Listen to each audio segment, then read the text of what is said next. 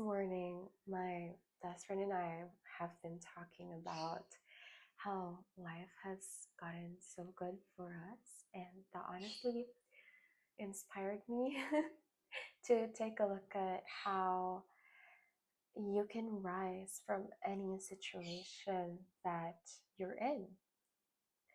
All you have to do is to make a choice, and sometimes, even if you don't, just because the basis of our existence, our divinity, is well being, you do eventually find your way back. And I know that in this space, in this corner of my internet, I previously talked about rising from rock bottom, and because of my life experience and the defaults or the cards that I've been played in this life, I kind of I know how to navigate that kind of thing. But as I get better and better at this, as I learn more, I realize that it's such a different ball game to move up, climb out of a hole from rock bottom, and to actually start improving your life from a place of already being content. Since I know I know we're all aware of this, and I know that it happens to a lot of us that when life starts getting good, we kind of see it as suspicious or sketchy, or we start making up fears like, what if this doesn't last? What if this isn't what it seems? Or do I really deserve this? Or what did I do to deserve this? Or it's finally happening. Is the pin gonna drop?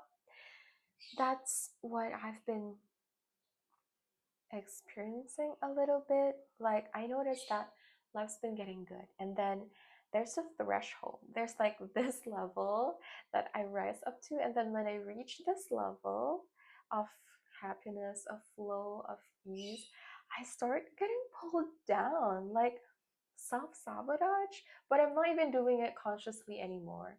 Before, I would self sabotage my life, and I know that that's what I'm doing, but it's kind of like I didn't have any control over it. But this time it's like it was so sneaky, it was so subconscious that I just thought problems just came into my life.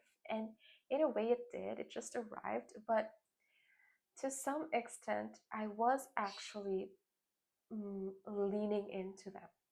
I realized that I was addicted to that feeling of solving something from a place of worry, from a place of control, from a place of I have to get this done, or I have to. It's all that need. And I got called to release all of that baggage and just move into the plane of desire. So, just, when Elisa Liu sort of says, she is connected, but she is not attached to anything. Now, I have a long way to go before I can be unattached to things, because I feel deeply and I love everything and I love love, and I love being attached to healthy relationships and healthy things, healthy crafts, disciplines. But yeah, it's sort of like that detachment but connectedness that I am going for, because when you come from a place of desperation, like I need this, and I'm going to not be okay, or I'm not okay because I don't have this, or I don't have this yet, it just emphasizes the feeling and the state of lack. And that's why for a long time life felt like it was so unfair, because what do you mean that I'm suffering and that I suffer even more? And then the people who are okay, the people who were born into this life with privileges, or more privileges than me, because I do acknowledge that I am privileged, but I was just seeing these people like, okay, so why do prettier people get more prettier? Why do smarter people get more opportunities to get smarter. Like, you know what they do at school where they focus on the gifted kids so they could present something that the school is proud of, or that the school can kind of show as evidence of their quality, but really it's just the giftedness of the child. And I think the best marker of how good an education system is to look at the ones who enter it having difficulty learning it. Like, that's, for me, that's the essence of teaching. You are illuminating this field of knowledge for a person, and just you're not just investing all of this stuff to show the world that you are good.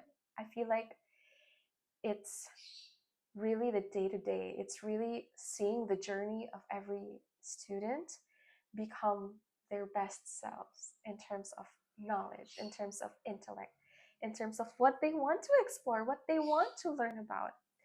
And so that was kind of a tangent, but do you see what I mean? The rich get richer, the prettier people get more opportunities, and they get more attention, and they have the halo effect, you know? So I will die on that hill. Pretty privilege is real because I've experienced it myself. There was a great difference in how people treated me when I was not considered conventionally attractive versus when I was. And it also greatly matters how you position yourself or how you carry yourself, because when you know and when you feel that you are beautiful, you just move through life with magnetism and ease. So, yeah, I felt that it was kind of unfair for a long time because it felt like I was going deeper and deeper downwards. It was a downward spiral all the time. But I saw a book that said, or whose title was Upward Spiral. And like, that kind of clicked some things into place for me, that the universe just is. If you say that the universe favors you, it follows you. It will start to show that to you. And whenever you experience contrast, it just means that you need to be clarifying your desires, leaning more into the state of desire. We've just been taught wrong about how we pray, how we manifest things. We thought that we would need to strive for it. We thought that sacrifices were necessary, when really it's just about embodying, being connected to, being aligned to the state that you want to be in. And it can be difficult at the start, but I promise you it's worth it, because I'm sitting here now so happy that I can remember the times when my best friend and I would affirm to each other that things will get better, life will get amazing.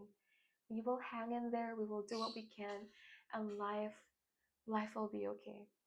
And so we went from literally wanting to pass away to not exist anymore, to actually living a full life. And that is, it's an indescribable bliss. And so I want that for you too, whoever you are. And I hope that this is activating something within you. I hope that this is waking up your intuition, your inner being, to seeing that abundance is your birthright. We were meant to prosper here. We can let go of all the things that is clouding our divine intuition, all the things that has covered and obscured our true authentic self, that is meant to be abundant, that is meant to be free, that is meant to be at ease. And I believe that a lot of people are already living this life of abundance and ease. And honestly, me, I am living it already to a certain extent. And well, for everyone, it's to a certain extent, because our expansion as beings is limited. So it's unlimited. It's unlimited. That's the whole point. It's unlimited. It'll go on forever. We are on the leading edge. We were meant to expand and to expand and to expand. And we are creative beings. We are creative beings. We are meant to express what we want to express, what we are called to express. And That's what I believe we are meant to do, and that the place of AI in our society is to do the tedious, boring, repetitive tasks that no one wants to do. So we can have more space, more energy, more time, more resources to dedicate to what is beautiful, to our creative expression, to human intelligence. And so I know that the collective is a bit chaotic right now, as it has been a few years back, or I don't know for how long, honestly. But just create that inner stillness, inner peace. Focus on your development as an individual, because you can give better, easier, and more if you are full, if you're fully expressed, if you're what activation vibration or Heather Hoffman would say, like sovereign. So I I know this will touch someone, and I don't care how much. I just know it will deeply touch someone who is meant to hear this. So if that is you right now, listen to me. I'm a message. This is a message from the divine that I'm channeling. This is a message from your future self.